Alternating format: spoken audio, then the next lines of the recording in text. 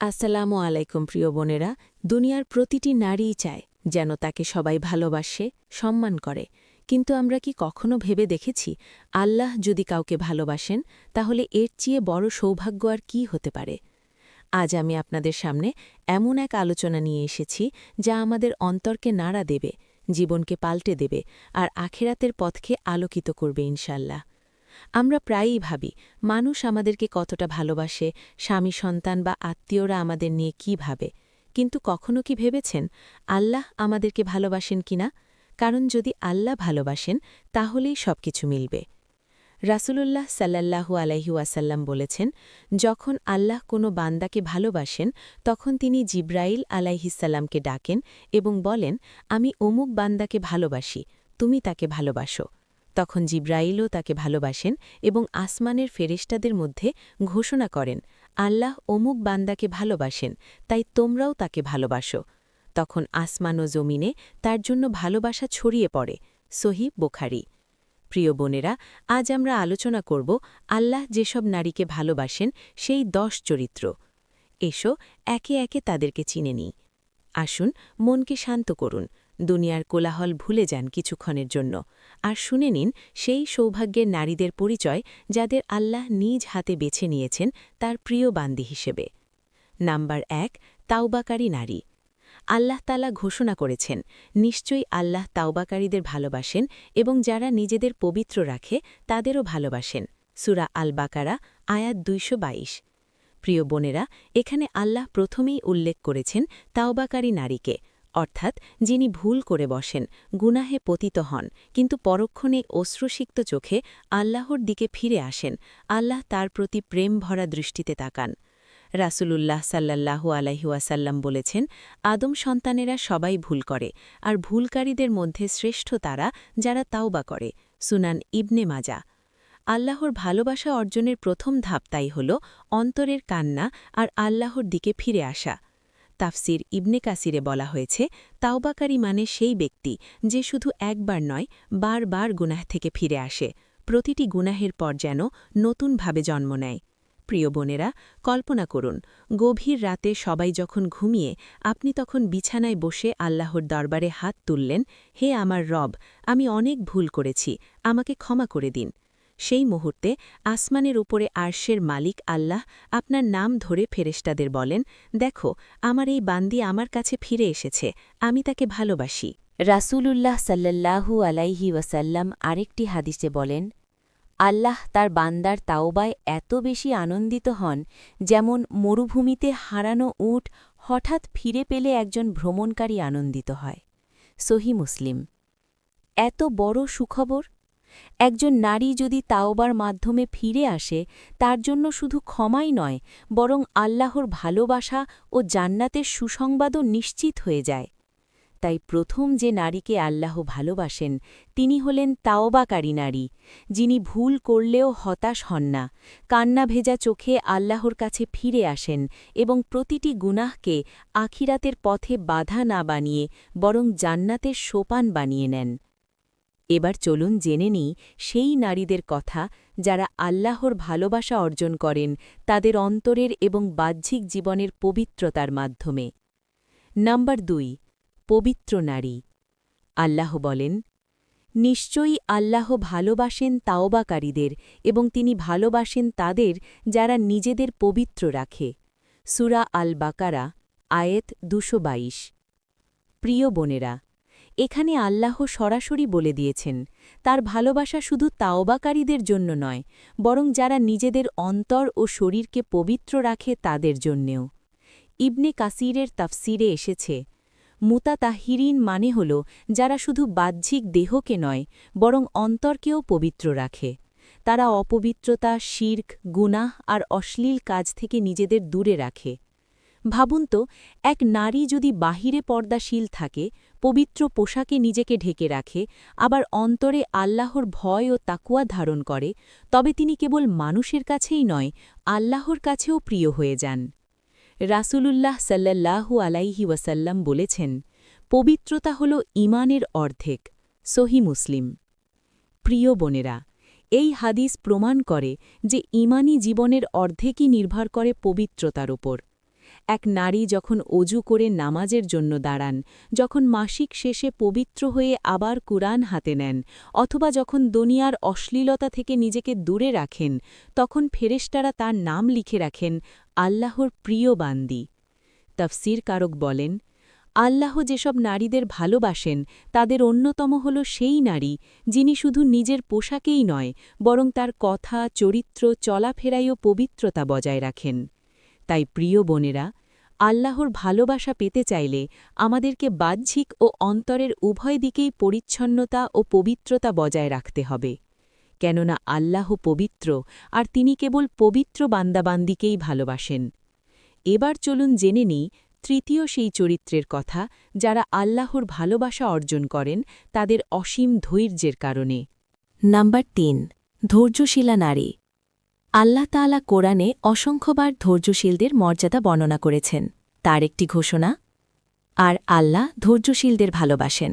সূরা আলে ইমরান আয়াত ১৪৬। প্রিয় বোনেরা, নারী জীবনে ধৈর্য হল এক অমূল্য সম্পদ। সন্তান জন্মের কষ্ট, সংসারের ঝড়ঝাপটা, মানুষের কটূক্তি, দুনিয়ার বিপদ, এসবের মাঝেও যে নারী আল্লাহর দিকে তাকিয়ে ধৈর্য ধরে থাকেন, তিনি আসলে আল্লাহর প্রিয় বান্দি। রাসূলুল্লাহ সাল্লাল্লাহু আলাইহি ওয়াসাল্লাম বলেছেন, মানুষকে ধৈর্যের চেয়ে উত্তম ও ব্যাপক কোনো দান আল্লাহ দেননি। সাহিহ বুখারী ও মুসলিম। ইবনে কাসিরের তাফসিরে এসেছে, যখন একজন বান্দা ধৈর্য ধরে, তখন আল্লাহ তার নাম ফেরেশতাদের সামনে উচ্চারণ করেন আর বলেন, এই আমার বান্দি, যাকে আমি পরীক্ষা করেছি, কিন্তু সে ধৈর্যের সাথে তা গ্রহণ করেছে। প্রিয় বোনেরা, কখনো কখনো আমাদের জীবনে এমন কষ্ট আসে যা বুকে আগুন ধরিয়ে দেয়। প্রিয়জনের মৃত্যু, স্বামীর অবহেলা কিংবা সন্তানের অসুখ, তখন মনে হয় বুকটা ভেঙে যাবে। কিন্তু যারা সেই মুহূর্তেও চোখের পানি মুছে আল্লাহকে বলেন, হে আমার রব, আমি আপনার ফয়সালার উপর সন্তুষ্ট, তারা আসলে সেই নারী যাদের জন্য জান্নাতের দরজা খুলে দেওয়া হবে। এক হাদিসে রাসূলুল্লাহ সাল্লাল্লাহু আলাইহি ওয়াসাল্লাম এক মহিলাকে সমবেদনা জানিয়ে বলেছিলেন, সত্যিকারের ধৈর্য হল প্রথম আঘাত আসার সময় ধৈর্য ধরা। সাহিহ বুখারী ও মুসলিম। অর্থাৎ কষ্টের শুরুতেই যে নারী কান্নার বদলে আল্লাহর দিকে ফিরে যান, সেটিই হল প্রকৃত ধৈর্য। তাই যে নারী কষ্টে, বিপদে, পরীক্ষায় ধৈর্য ধারণ করে, সে শুধু মানুষের চোখে নয়, আল্লাহর কাছেও সম্মানিত ও প্রিয় হয়ে ওঠে। এবার চলুন আমরা প্রবেশ করি চতুর্থ চরিত্রের দিকে। তারা হলেন সেই নারীরা যারা জীবনের প্রতিটি ক্ষেত্রে আল্লাহর উপর ভরসা করে থাকেন। নাম্বার ৪, আল্লাহর উপর ভরসাকারী নারী। আল্লাহ তাআলা কোরআনে ঘোষণা করেছেন, নিশ্চয়ই আল্লাহ ভালোবাসেন তাদের যারা তার উপর ভরসা করে। সূরা আলে ইমরান আয়াত ১৫৯। প্রিয় বোনেরা, নারী জীবনের একটি বড় সৌন্দর্য হল তাওয়াক্কুল, অর্থাৎ আল্লাহর উপর ভরসা করা। সংসারের কঠিন পরিস্থিতি, দুনিয়ার দুঃখ দুর্দশা, স্বামী সন্তানের সমস্যা, সবকিছুর মাঝেও যে নারী বলেন, আমার রব আমার জন্য যথেষ্ট, তিনিই আমার অভিভাবক, সেই নারীই আসলে আল্লাহর বিশেষ প্রিয়। আল্লাহ বলেন, আর যে আল্লাহর উপর ভরসা করে তার জন্য আল্লাহ যথেষ্ট। সূরা আত-তালাক আয়াত ৩।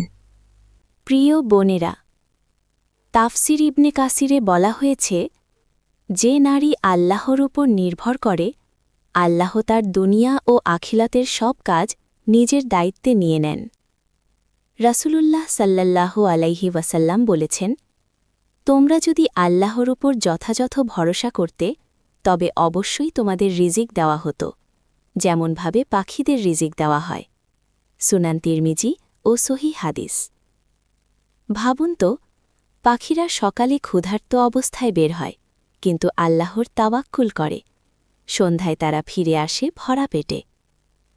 এক নারীও যদি তার সংসার ও ভবিষ্যৎ নিয়ে চিন্তিত না হয়ে আল্লাহর উপর ভরসা করেন, তবে তার জন্য রিজিক, শান্তি আর আল্লাহর রহমত আসমান থেকে নেমে আসে। তাই প্রিয় বোনেরা, যে নারী আল্লাহর উপর ভরসা করেন, তিনি কখনো একা থাকেন না।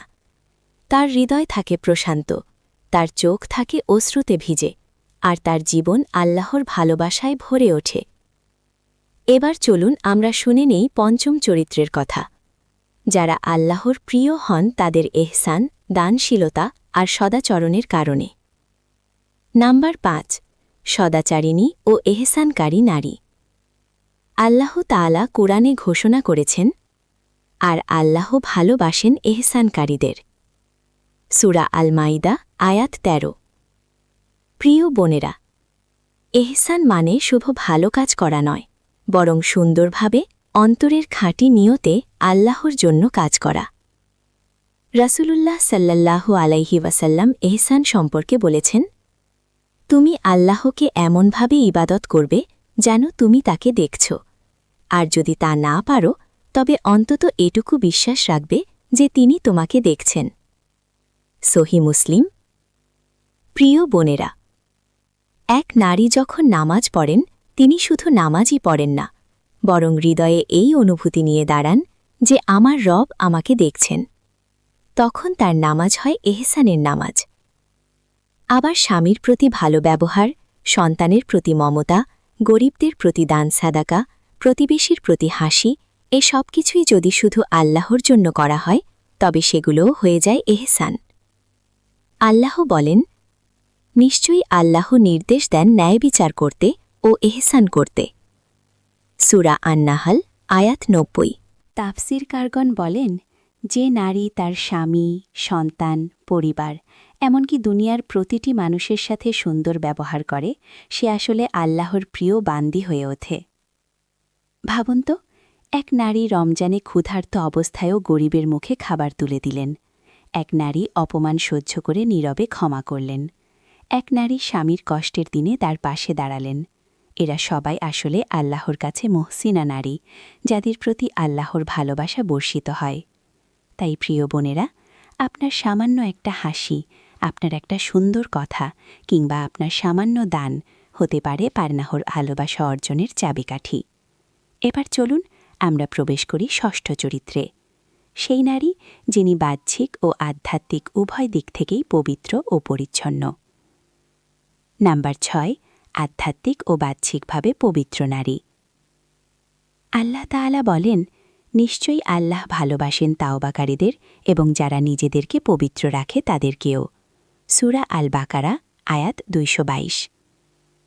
প্রিয় বোনেরা, এই আয়াত শুধু পানির মাধ্যমে অজু গোসলের কথা বলছে না, বরং আরও গভীর অর্থ বহন করছে। আল্লাহ এখানে সেই নারীদের প্রশংসা করছেন যারা গুনাহ থেকে নিজেদের দূরে রাখেন, শিরক ও কুফুরের অন্ধকার থেকে আত্মাকে পবিত্র রাখেন এবং অন্তরের অশ্লীলতা থেকে নিজেদের মুক্ত করেন। ইবনে আব্বাস রাদিয়াল্লাহু আনহু তাফসিরে বলেছেন, মুতাত্তাহিরিন বলতে তাদেরকে বোঝানো হয়েছে যারা গুনাহ, কুচিন্তা ও অশ্লীল কাজ থেকে নিজেদের আত্মাকে পরিশুদ্ধ রাখে। প্রিয় বোনেরা, একজন নারী যখন পর্দা করে, লজ্জাশীল থাকে, হারাম থেকে দূরে থাকে, তখন সে শুধু দেহ নয়, আত্মাকেও পবিত্র রাখে। আর আল্লাহ তাআলা ঘোষণা দেন, এই নারীরাই আমার প্রিয় বান্দি। রাসূলুল্লাহ সাল্লাল্লাহু আলাইহি ওয়াসাল্লাম বলেছেন, পবিত্রতা হল ঈমানের অর্ধেক। সাহিহ মুসলিম। প্রিয় বোনেরা, ভাবুন তো, এক নারী যখন ভোরে ওঠে, অজু করেন, নামাজ পড়েন, কোরআন তিলাওয়াত করেন, অশ্লীলতা থেকে দূরে থাকেন, তখন তার বাহিরও পবিত্র আর তার ভেতরের আত্মাও আলোকিত হয়ে ওঠে, আর আল্লাহর ভালোবাসা সেই নারীর উপর বর্ষিত হয়। তাই যিনি নিজের অন্তরকে শিরিক, কুফুর, হিংসা, লোভ, অহংকার থেকে পরিষ্কার রাখেন এবং শরীরকে অজু, গোসল ও পরিচ্ছন্নতার মাধ্যমে নির্মল রাখেন, তিনি আসলেই আল্লাহর প্রিয় মুতাত্তাহিরা নারী। এবার চলুন আমরা প্রবেশ করি সপ্তম চরিত্রে, সেই নারী যিনি ন্যায়পরায়ণ ও সুবিচারকারী, আর এ কারণেই আল্লাহ তার প্রতি ভালোবাসা বর্ষণ করেন।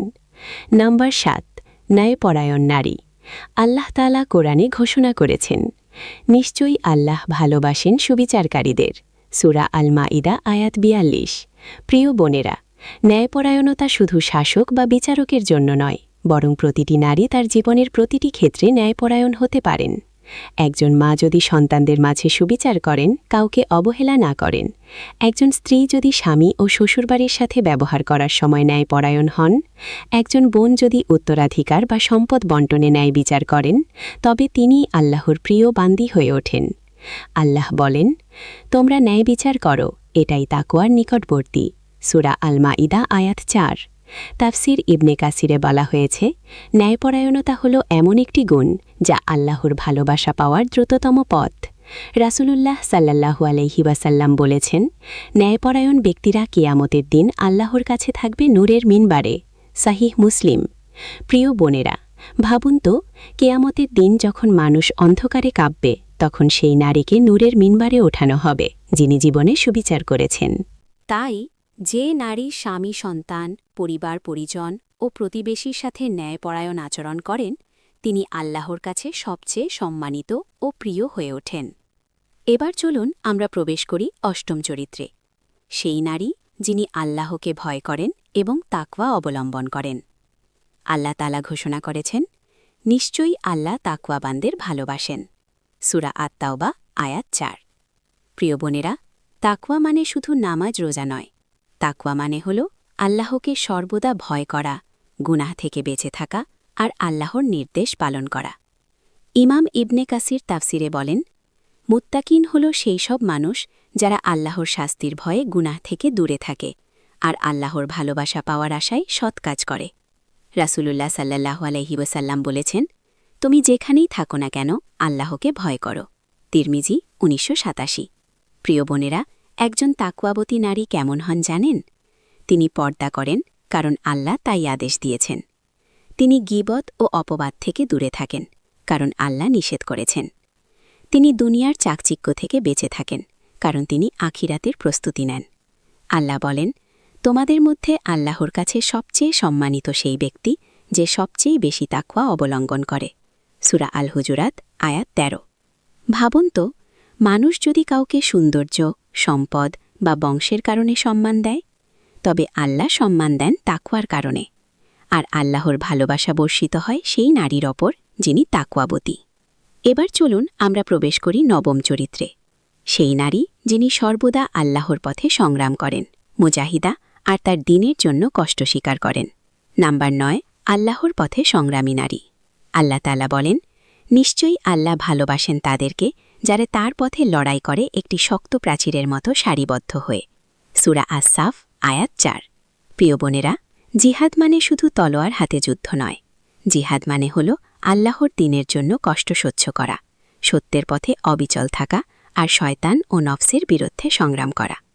রাসূলুল্লাহ সাল্লাল্লাহু আলাইহি ওয়াসাল্লাম বলেছেন, সত্যিকারের মুজাহিদ সেই ব্যক্তি যে আল্লাহর জন্য নিজের নফসের বিরুদ্ধে সংগ্রাম করে। ইবনে হিব্বান। প্রিয় বোনেরা, একজন নারী মুজাহিদা কেমন হন জানেন? তাই যে নারী স্বামী, সন্তান, পরিবার পরিজন ও প্রতিবেশীর সাথে ন্যায়পরায়ণ আচরণ করেন, তিনি আল্লাহর কাছে সবচেয়ে সম্মানিত ও প্রিয় হয়ে ওঠেন। এবার চলুন আমরা প্রবেশ করি অষ্টম চরিত্রে, সেই নারী যিনি আল্লাহকে ভয় করেন এবং তাকওয়া অবলম্বন করেন। নাম্বার ৮, তাকওয়াবতী নারী। আল্লাহ তাআলা ঘোষণা করেছেন, নিশ্চয়ই আল্লাহ তাকওয়াবানদের ভালোবাসেন। সূরা আত-তাওবা আয়াত ৪। প্রিয় বোনেরা, তাকওয়া মানে শুধু নামাজ রোজা নয়। তাকওয়া মানে হল আল্লাহকে সর্বদা ভয় করা, গুনাহ থেকে বেঁচে থাকা আর আল্লাহর নির্দেশ পালন করা। ইমাম ইবনে কাসির তাফসিরে বলেন, মুত্তাকিন হল সেই সব মানুষ যারা আল্লাহর শাস্তির ভয়ে গুনাহ থেকে দূরে থাকে আর আল্লাহর ভালোবাসা পাওয়ার আশায় সৎ কাজ করে। রাসূলুল্লাহ সাল্লাল্লাহু আলাইহি ওয়াসাল্লাম বলেছেন, তুমি যেখানেই থাকো না কেন আল্লাহকে ভয় করো। তিরমিজি ১৯৮৭।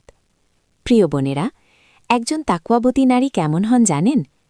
তিনি পর্দা করেন, কারণ আল্লাহ তাই আদেশ দিয়েছেন। তিনি গীবত ও অপবাদ থেকে দূরে থাকেন, কারণ আল্লাহ নিষেধ করেছেন। তিনি দুনিয়ার চাকচিক্য থেকে বেঁচে থাকেন, কারণ তিনি আখিরাতের প্রস্তুতি নেন। আল্লাহ বলেন, তোমাদের মধ্যে আল্লাহর কাছে সবচেয়ে সম্মানিত সেই ব্যক্তি যে সবচেয়ে বেশি তাকওয়া অবলম্বন করে। সূরা আল হুজুরাত আয়াত ১৩। ভাবুন তো, মানুষ যদি কাউকে সৌন্দর্য, সম্পদ বা বংশের কারণে সম্মান দেয়, তবে আল্লাহ সম্মান দেন তাকওয়ার কারণে, আর আল্লাহর ভালোবাসা বর্ষিত হয় সেই নারীর ওপর যিনি তাকওয়াবতী। এবার চলুন আমরা প্রবেশ করি নবম চরিত্রে, সেই নারী যিনি সর্বদা আল্লাহর পথে সংগ্রাম করেন, মুজাহিদা আর তার দ্বীনের জন্য কষ্ট স্বীকার করেন। নাম্বার ৯, আল্লাহর পথে সংগ্রামী নারী। আল্লাহ তাআলা বলেন, নিশ্চয়ই আল্লাহ ভালোবাসেন তাদেরকে যারা তার পথে লড়াই করে একটি শক্ত প্রাচীরের মতো সারিবদ্ধ হয়ে। সূরা আস-সাফ আয়াত ৪। প্রিয় বোনেরা, জিহাদ মানে শুধু তলোয়ার হাতে যুদ্ধ নয়। জিহাদ মানে হল আল্লাহর দ্বীনের জন্য কষ্ট সহ্য করা, সত্যের পথে অবিচল থাকা আর শয়তান ও নফসের বিরুদ্ধে সংগ্রাম করা। রাসূলুল্লাহ সাল্লাল্লাহু আলাইহি ওয়াসাল্লাম বলেছেন, সত্যিকারের মুজাহিদ সেই ব্যক্তি যে আল্লাহর জন্য নিজের নফসের বিরুদ্ধে সংগ্রাম করে। ইবনে হিব্বান।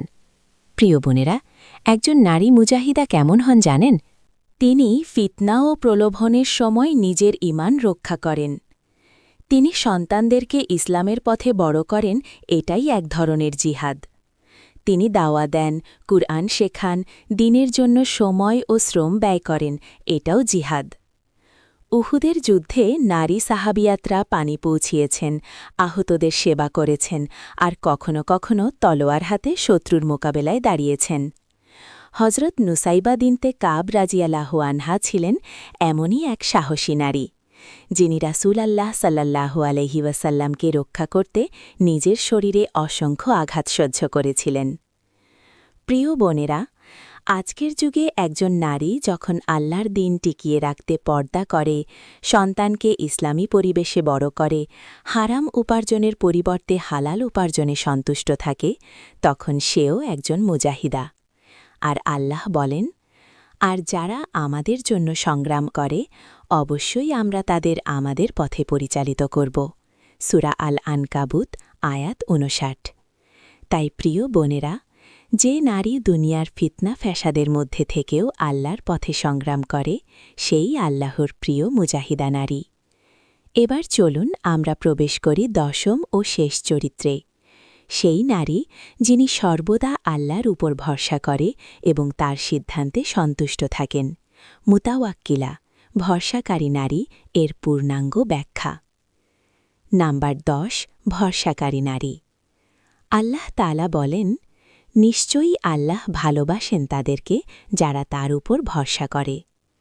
প্রিয় বোনেরা, তাওয়াক্কুল মানে হল শুধু মুখে বলা নয় যে আমি আল্লাহর উপর ভরসা করি, বরং সত্যিকারের তাওয়াক্কুল হল উপায় প্রচেষ্টা করা, তারপর পুরোপুরি আল্লাহর কাছে ফলাফলের দায় সমর্পণ করা।